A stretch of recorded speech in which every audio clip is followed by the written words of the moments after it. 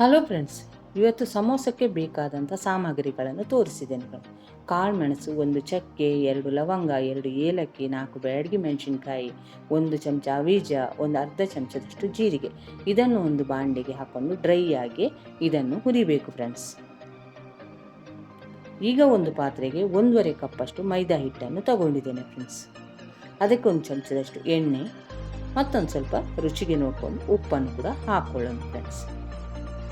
ಎಣ್ಣೆಯನ್ನು ಮತ್ತು ಉಪ್ಪನ್ನು ಹಾಕೊಂಡ್ಮೇಲೆ ಎಲ್ಲವನ್ನು ಚೆನ್ನಾಗಿ ಮಿಕ್ಸ್ ಮಾಡ್ಕೋಬೇಕು ಫ್ರೆಂಡ್ಸ್.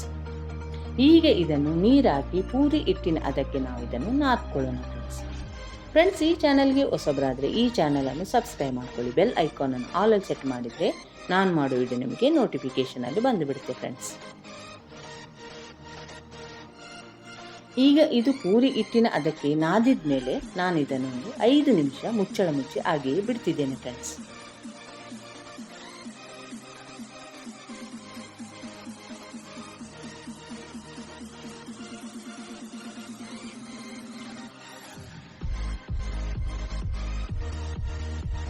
ಈಗ ಒಂದು ಸಣ್ಣ ಮಿಕ್ಸಿ ಜಾರನ್ನು ತಗೊಂಡು ನಾವು ಮೊದಲೇ ಹುರಿದಿರುವಂಥ ಮಸಾಲವನ್ನು ಅದರಲ್ಲಿ ಹಾಕಿ ಡ್ರೈ ಆಗಿ ಪೌಡ್ರ್ ಮಾಡ್ಕೊಳ್ಳೋಣ ಫ್ರೆಂಡ್ಸ್.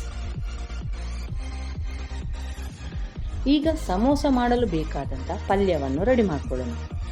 1 ಚಮಚ ಎಣ್ಣೆಯನ್ನು ತಗೊಂಡು ಎಣ್ಣೆ ಚೆನ್ನಾಗಿ ಬಿಸಿ ಆದಮೇಲೆ ಅದಕ್ಕೆ ಸಣ್ಣಗೆ ಹಚ್ಚಿರುವ ಒಂದು ಈರುಳ್ಳಿಯನ್ನು ಹಾಕ್ಕೊಂಡಿದ್ದೇನೆ ಫ್ರೆಂಡ್ಸ್. ಈರುಳ್ಳಿಯನ್ನು ಎಣ್ಣೆಯಲ್ಲಿ ಬಾಡಿಸ್ಕೊಂಡ್ಮೇಲೆ ಒಂದು ಅರ್ಧ ಚಮಚದಷ್ಟು ಬೆಳ್ಳುಳ್ಳಿ ಶುಂಠಿ ಪೇಸ್ಟನ್ನು ಕೂಡ ಇಲ್ಲಿ ಹಾಕ್ಕೊಳ್ಳೋಣ.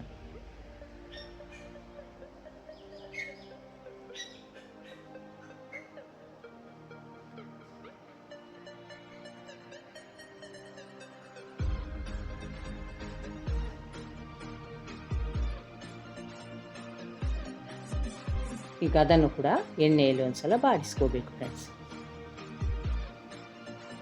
ಈಗ ಇದಕ್ಕೆ 2 ಹಸಿಮೆಣಸಿನ್ಕಾಯಿಯನ್ನು ಸಣ್ಣಗೆ ಹೆಚ್ಚಿ ಹಾಕ್ಕೊತಿದ್ದೇನೆ ಫ್ರೆಂಡ್ಸ್.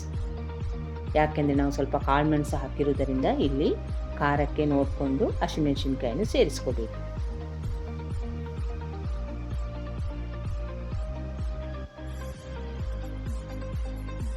ಈಗ ಇದಕ್ಕೆ ನೋಡಿಕೊಂಡು ಉಪ್ಪು ಮತ್ತೊಂದು ಸ್ವಲ್ಪ ಅರಿಶಿಣವನ್ನು ಹಾಕ್ಕೊಳ್ಳೋಣ ಫ್ರೆಂಡ್ಸ್.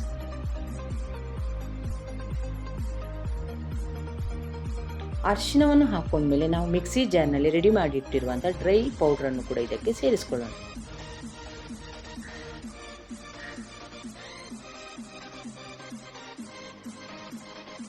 ಫ್ರೆಂಡ್ಸ್, ನಾನು ಮೊದಲೇ ಬಟಾಣಿಯನ್ನು ಒಂದು 6 ತಾಸುಗಳ ಕಾಲ ನೆನೆಸಿ ಅದನ್ನು ಒಂದು 3 ಸೀಟಿ ಕುಕ್ಕರ್ನಲ್ಲಿ ಕೂಗಿಸ್ಕೊಂಡಿದ್ದೇನೆ. ಜೊತೆಗೆ ಒಂದು ಆಲೂಗಡ್ಡೆಯನ್ನು ಕೂಡ ಹಾಕ್ಕೊಂಡಿದ್ದೇನೆ ಫ್ರೆಂಡ್ಸ್. ಅದನ್ನು ನಾನು ಮೊದಲೇ ರೆಡಿ ಇಟ್ಕೊಂಡಿರುವುದರಿಂದ ಇಲ್ಲೇ ಸೇರಿಸ್ಕೊತಿದ್ದೇನೆ ಫ್ರೆಂಡ್ಸ್. ಆಲೂಗಡ್ಡೆ ಮತ್ತು ಬಟಾಣಿ ಚೆನ್ನಾಗಿ ಬೆಂದಿದೆ ಫ್ರೆಂಡ್ಸ್. ಈಗ ಇದನ್ನು ಚೆನ್ನಾಗಿ ಮಿಕ್ಸ್ ಮಾಡಿಕೊಂಡು ಒಂದು ಸ್ಮ್ಯಾಶರ್ನ ಸಹಾಯದಿಂದ ಇದನ್ನು ಸ್ಮ್ಯಾಶ್ ಮಾಡ್ಕೊತಿದ್ದೇನೆ ಫ್ರೆಂಡ್ಸ್.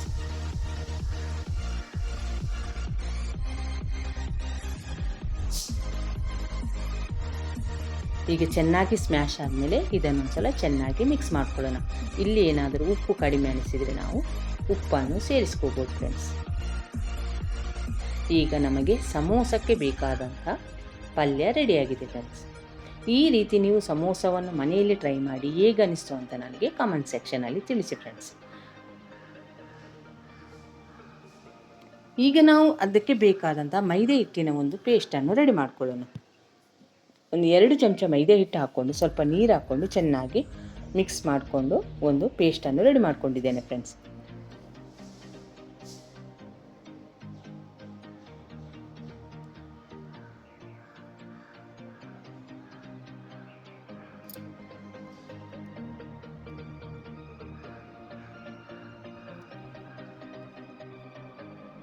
ಈಗ ನಾನು ಮೊದಲೇ ರೆಡಿ ಮಾಡಿಟ್ಟಿರುವಂಥ ಹಿಟ್ಟನ್ನು ಈಗ ಒಂದು 2 ಸೆಕೆಂಡು ಚೆನ್ನಾಗಿ ಮತ್ತೊಂದು ಸಲ ನಾದ್ಕೊತಿದ್ದೇನೆ ಫ್ರೆಂಡ್ಸ್.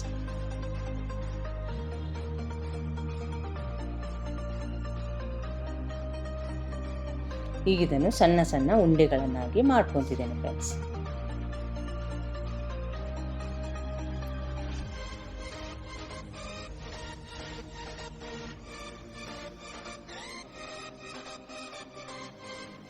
ಈಗಿದನ್ನು ಸ್ವಲ್ಪ ಹಿಟ್ಟು ಹಾಕ್ಕೊಂಡು ನಾವು ಚೆನ್ನಾಗಿ ತೆಳ್ಳಗೆ ಲಟ್ಟಿಸ್ಕೋಬೇಕು ಫ್ರೆಂಡ್ಸ್.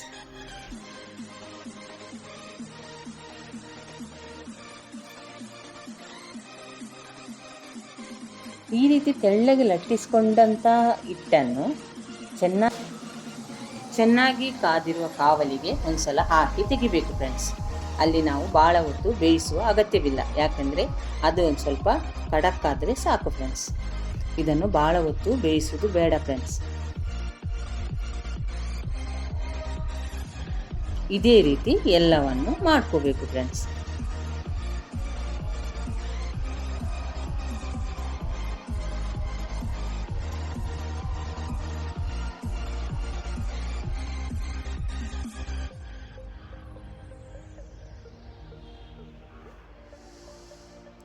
ಈಗ ನೀವು ವಿಡಿಯೋದಲ್ಲಿ ನೋಡ್ತಿರುವಂತೆ ಆ ಮೆಥಡ್ನಲ್ಲಿ ನಾನೀಗ ಇದನ್ನು ಕಟ್ ಮಾಡ್ಕೊತಿದ್ದೇನೆ ಫ್ರೆಂಡ್ಸ್.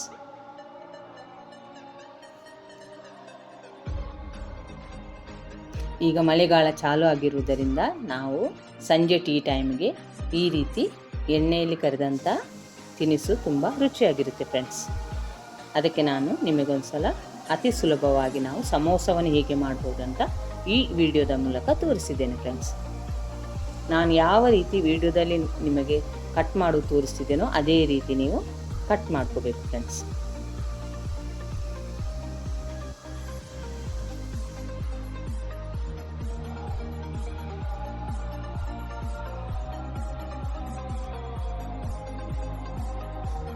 ಈಗ ನಾವು ಯಾವ ರೀತಿ ಸಮೋಸಕ್ಕೆ ಬೇಕಾದಂಥ ಪ್ಯಾಕೆಟನ್ನು ಮಾಡ್ಕೋಬೋದಂತ ನೀವು ವಿಡಿಯೋದಲ್ಲಿ ನೋಡ್ಬೋದು ಫ್ರೆಂಡ್ಸ್. ನೀಟಾಗಿ ಈ ರೀತಿ ಮಾಡಿಕೊಂಡು ನಾವು ರೆಡಿ ಮಾಡಿರುವಂಥ ಪೇಸ್ಟನ್ನು ಇದಕ್ಕೆ ಹಚ್ಚಬೇಕು ಫ್ರೆಂಡ್ಸ್. ಮೂಲೆಯಲ್ಲಿ ಸ್ವಲ್ಪ ಓಪನ್ ಇದ್ದರೆ ಏನೂ ತೊಂದರೆ ಇಲ್ಲ ಫ್ರೆಂಡ್ಸ್, ಯಾಕಂದರೆ ಅಲ್ಲಿ ಮಸಾಲೆ ಏನೂ ಹೊರಗೆ ಬರುವುದಿಲ್ಲ. ಈಗ ನಾನು ಈ ರೀತಿ ಇದಕ್ಕೆ ಮಸಾಲವನ್ನು ತುಂಬ್ತಿದ್ದೇನೆ ಫ್ರೆಂಡ್ಸ್.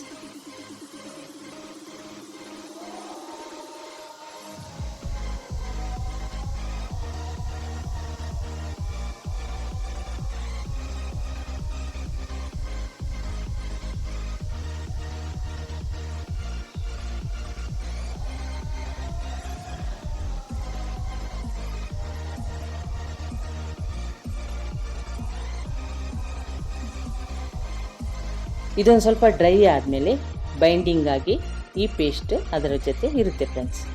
ಈ ರೀತಿ ನಾನು ಸಮೋಸವನ್ನು ರೆಡಿ ಮಾಡ್ಕೊಂಡಿದ್ದೇನೆ ಫ್ರೆಂಡ್ಸ್.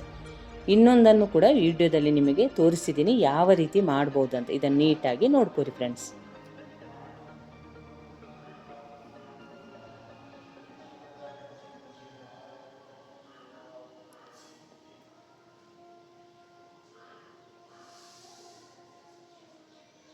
ಇದೇ ರೀತಿ ಎಲ್ಲವನ್ನು ಮಾಡಿಕೊಂಡು ಮೊದಲೇ ನಾವು ರೆಡಿ ಮಾಡಿ ಇಟ್ಕೋಬೇಕು ಫ್ರೆಂಡ್ಸ್.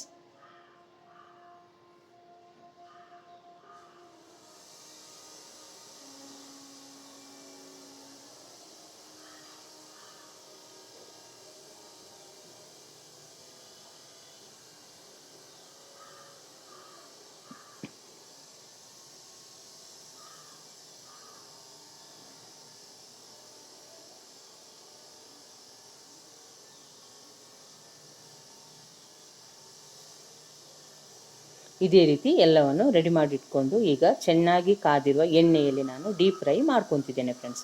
ಇದನ್ನು ಮೀಡಿಯಮ್ ಉರಿಯಲ್ಲಿಟ್ಟು ನಾವು ಇದನ್ನು ಡೀಪ್ ಫ್ರೈ ಮಾಡ್ಕೋಬೇಕು ಫ್ರೆಂಡ್ಸ್.